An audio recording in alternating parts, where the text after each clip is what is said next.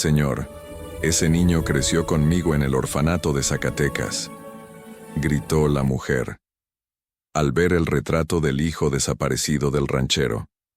Hay verdades que la tierra guarda como tesoros malditos, esperando el momento exacto para emerger y romper el silencio que durante décadas ha envenenado el alma. Mi nombre es Ramiro Delgado, tengo 62 años, y durante 30 de ellos he vivido con un vacío tan profundo que podría tragarse el horizonte entero de estas tierras de Aguascalientes. Este rancho, el silencio, lleva el nombre de mi condena, el eco permanente de la ausencia de mi hijo Mateo, quien desapareció cuando apenas comenzaba a caminar, cuando su risa todavía era el único sonido que importaba en este mundo. Pero las historias no comienzan donde uno cree. La mía no empezó el día que mi hijo desapareció, sino una tarde de octubre cuando Caporal, mi viejo pastor ganadero australiano de pelaje manchado y mirada que parece entender todo lo que yo callo, escarbó en la tierra seca junto al pozo abandonado del Lindero Norte y desenterró un pedazo de mi pasado que creí sepultado para siempre. Era un martes. Recuerdo el peso del sol cayendo como plomo fundido sobre mis hombros, mientras revisaba el cerco perimetral, reparando alambre tras alambre con las manos que ya no tienen la fuerza de antes, pero que conocen cada centímetro de esta tierra, como si fuera piel propia. Caporal iba adelante con ese trote cansino de perro viejo que todavía se niega a aceptar que los años pesan. De pronto se detuvo junto al pozo que lleva seco desde que mi padre vivía, ese agujero de piedra cubierto de maleza que nadie usa porque el agua se fue hace décadas, buscando caminos más generosos bajo la tierra colorada.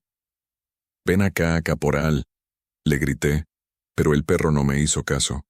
Comenzó a escarbar con una urgencia que no le había visto en años, lanzando tierra y piedras pequeñas hacia atrás, gimiendo de esa forma extraña que tienen los perros cuando huelen algo que nosotros, ciegos humanos, no podemos percibir. Me acerqué maldiciendo entre dientes, porque el sol ya comenzaba su descenso, y todavía me faltaba revisar el corral del ganado nuevo. Pero cuando vi lo que Caporal sacaba de ese hoyo, sentí que el mundo se detenía. Era una bolsita de cuero, tan podrida por el tiempo y la humedad, que casi se deshizo entre mis dedos cuando la recogí. Dentro, brillando tímidamente bajo la luz anaranjada del atardecer, había un sonajero de plata ennegrecido. Lo limpié con el pulgar, frotando la superficie hasta que las lágrimas me nublaron la vista. Era el sonajero de Mateo, el primer regalo que le compré cuando nació en aquella platería del centro de Aguascalientes, donde gasté medio salario de una semana porque quería que mi hijo tuviera algo hermoso, algo que durara para siempre. Me dejé caer de rodillas ahí mismo, sobre la tierra caliente, apretando ese pedazo de metal contra mi pecho mientras Caporal me lamía la cara, gimiendo bajito como si entendiera que acababa de abrir una puerta que yo había cerrado con candados y cadenas de resignación. ¿Cómo había llegado ese sonajero hasta aquí? Mateo desapareció de la casa, de su cuna, una madrugada de enero hace 30 años.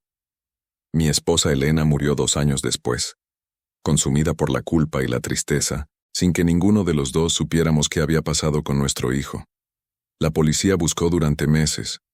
Hubo teorías, rumores, acusaciones veladas. Algunos dijeron que lo había robado alguna mujer desesperada por tener un hijo. Otros murmuraron que quizá había sido vendido. Nunca hubo respuestas, solo el silencio que terminó dándole nombre a este rancho. Guardé el sonajero en el bolsillo de mi camisa y regresé a la casa grande, una construcción de adobe y vigas de mezquite que mi abuelo levantó cuando estas tierras todavía eran puro Monte Bravo. Sofía, mi hija, estaba preparando la cena. Tiene 33 años y heredó los ojos oscuros de su madre y mi terquedad de toro. Creció bajo la sombra de un hermano que nunca conoció, escuchando mi silencio y viendo cómo yo miraba por la ventana cada enero, esperando un milagro que nunca llegaba. «Papá, ¿qué traes?», me preguntó cuando me vio entrar con la cara sucia de tierra y lágrimas. Le mostré el sonajero. Ella lo tomó con cuidado, como si fuera una reliquia sagrada, y después me miró con esos ojos que han visto demasiado dolor para alguien tan joven. ¿Dónde lo encontraste? Caporal lo desenterró junto al pozo viejo del lindero norte.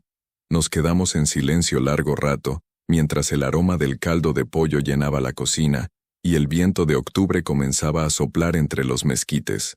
Sofía fue quien habló primero. Papá, mañana voy al periódico. Vamos a publicar algo por el 30º aniversario de la desaparición de Mateo. Con su foto, alguien tiene que saber algo. 30 años es mucho tiempo, pero la gente recuerda. Quise decirle que no, que era inútil remover el pasado, que ya había sufrido suficiente. Pero algo en encontrar ese sonajero había encendido una llama que creí muerta. Asentí, y esa noche dormí con el sonajero bajo la almohada, soñando con el llanto de un bebé que el tiempo había silenciado. 3 días después, el artículo salió en El Heraldo de Aguascalientes. Sofía había escrito algo hermoso y doloroso, acompañado de la única fotografía que conservaba de Mateo.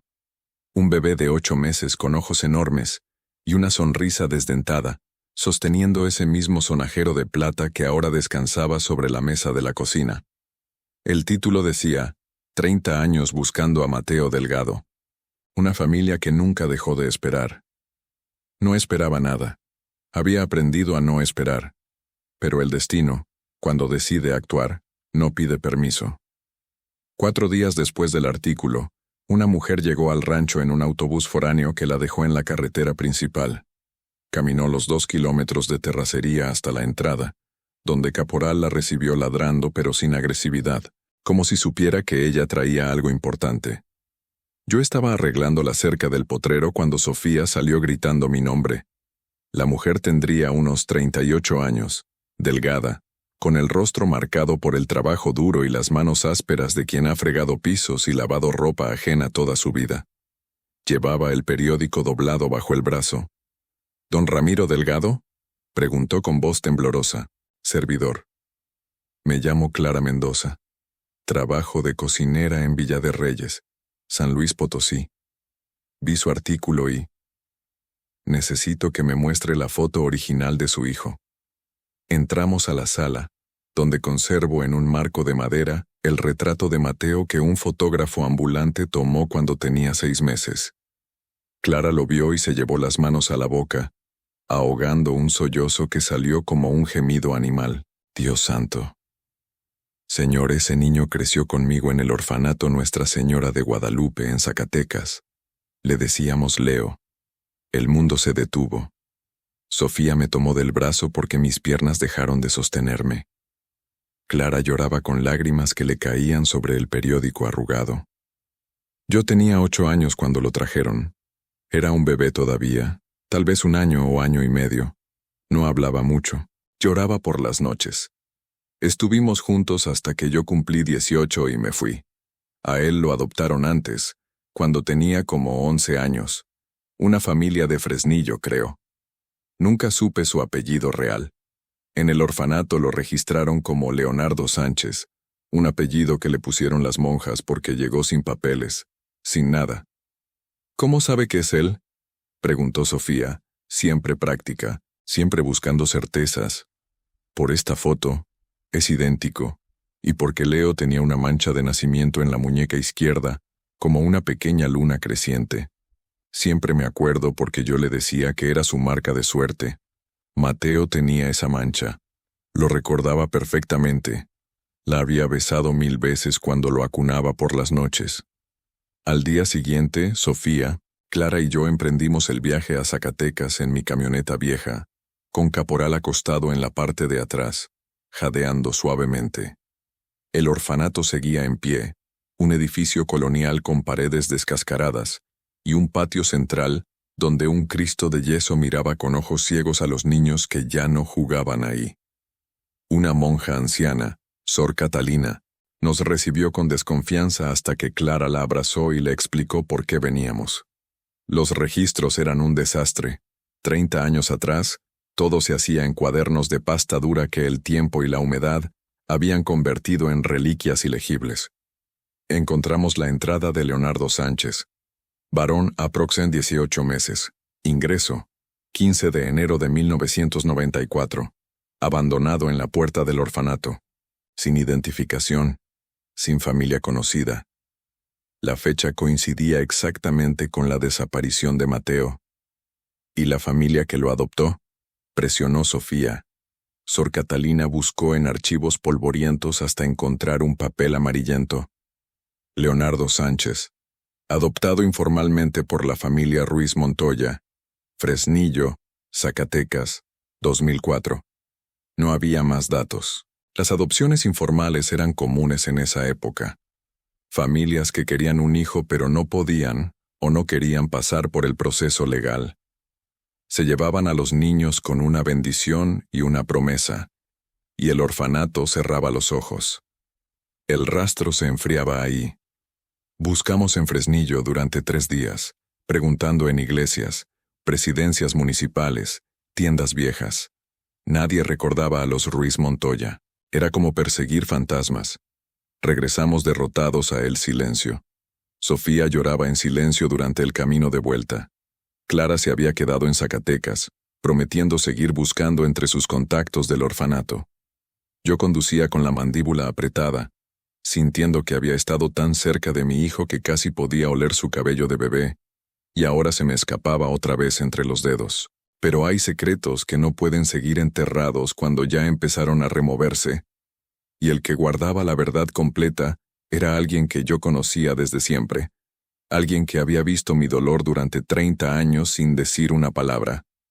Doña Elvira, la partera del pueblo, tenía 84 años y vivía en una casita de adobe al otro lado del pueblo, rodeada de macetas con hierbabuena y albahaca.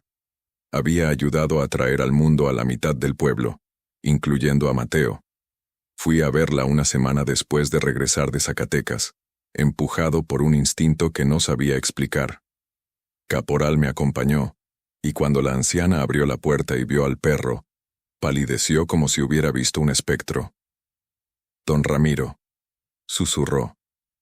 «Doña Elvira, necesito que me diga la verdad. Todo lo que sepa sobre la desaparición de Mateo». La anciana se dejó caer en su silla de mimbre, las manos temblando sobre el regazo. Durante largo rato, solo se escuchó el canto de los grillos y el jadeo suave de Caporal.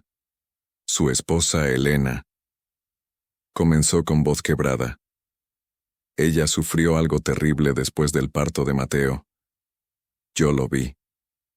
Era una depresión muy honda, de esas que te arrastran al pozo más oscuro. Ella estaba convencida de que iba a lastimar al bebé, de que no era buena madre, de que el niño estaría mejor lejos de ella. Yo traté de ayudarla, de hablar con usted, pero ella me lo prohibió. Dijo que la iba a odiar. «¿Qué hizo Elena?», pregunté, aunque ya sabía que la respuesta iba a destrozarme. Ella tenía una prima lejana, Estela, vivía en Fresnillo. Elena le dio dinero, mucho dinero, y le suplicó que se llevara a Mateo, que lo criara bien, que le dijera que sus padres habían muerto. Elena pensó que así el niño tendría una vida mejor. Yo traté de convencerla de que no lo hiciera, pero estaba fuera de sí. Cuando usted reportó la desaparición, ella ya no podía decir la verdad. La culpa la mató, don Ramiro. Literalmente la mató. Las palabras caían como piedras en un pozo sin fondo. Elena había entregado a nuestro hijo. No fue un robo. No fue un secuestro. Fue el acto desesperado de una mujer enferma que creyó estar salvando a su bebé. ¿Y Estela? ¿Qué pasó con ella? Doña Elvira sollozó. Estela era una mujer envidiosa y cruel. Tomó el dinero de Elena, pero no crió al niño. Lo abandonó en el orfanato de Zacatecas y se quedó con todo. Yo me enteré años después, cuando ella se emborrachó en una fiesta y se lo confesó a su esposo. Ismael Bravo. El nombre me golpeó como un puñetazo. Ismael, mi compadre. Mi capataz durante 25 años. El hombre que había compartido comidas en mi mesa, que había consolado a Elena cuando lloraba, que me había ayudado a buscar a Mateo durante meses. Ismael supo todo este tiempo que mi hijo estaba vivo y nunca dijo nada. Estela se lo contó hace solo 2 años, don Ramiro, cuando ella supo que tenía cáncer y que se iba a morir. Se lo confesó en su lecho de muerte. Ismael vino a verme hace 6 meses, destrozado, sin saber qué hacer. Le dije que tenía que hablar con usted, pero tenía tanto miedo de perderlo, de perder su trabajo, su amistad. Salí de esa casa con el alma partida en pedazos que ni siquiera sabía cómo empezar a juntar. Fui directo a la casa de Ismael, una construcción modesta en las afueras del rancho, donde había vivido con Estela hasta que ella murió el año anterior. Ismael estaba en el porche, fumando, como si me hubiera estado esperando. Cuando me vio llegar con Caporal, se puso de pie y dejó caer el cigarro. «Ya sabes», dije. «Ya sé», respondió. «¿Por qué nunca dijiste nada?» Ismael tenía 60 años, el cabello completamente blanco y la espalda encorvada por décadas de trabajo en el campo. Se cubrió el rostro con las manos. «Porque soy un cobarde, compadre. Porque Estela me hizo jurar que nunca diría nada. Porque tenía miedo de que me odiara, de perder todo. Pero también porque ella solo me dio un dato. Que el niño fue adoptado por una familia de apellido Ruiz Montoya, que se mudó a Durango en el 2006. Yo investigué un poco después de que Estela murió. Encontré que había un veterinario en Durango llamado Leonardo Ruiz. Pero no tuve el valor de ir a confirmarlo. No tuve el valor de venir a decirte, Leonardo Ruiz, veterinario en Durango, mi hijo. El perdón no llega fácil cuando la traición es tan profunda, pero miré a Ismael y vi a un hombre destruido por el secreto de su mujer muerta. Vi a alguien que había cargado una culpa que no era completamente suya. Y también vi la única pista que me quedaba para encontrar a Mateo. «Dame la dirección», dije. 2 días después, Sofía y yo condujimos las 6 horas hasta Durango. Caporal iba en el asiento trasero, con la cabeza asomada por la ventana, oliendo el viento de la sierra. Llegamos a una clínica veterinaria en las afueras de la ciudad, un edificio limpio con un letrero que decía «Dr. Leonardo Ruiz, Medicina Veterinaria». Cuando entramos, había un hombre atendiendo a un Golden Retriever. Tenía 31 años, cabello oscuro, ojos que reconocí de inmediato porque eran los de Elena. Alto, de complexión fuerte, con manos seguras mientras revisaba al perro.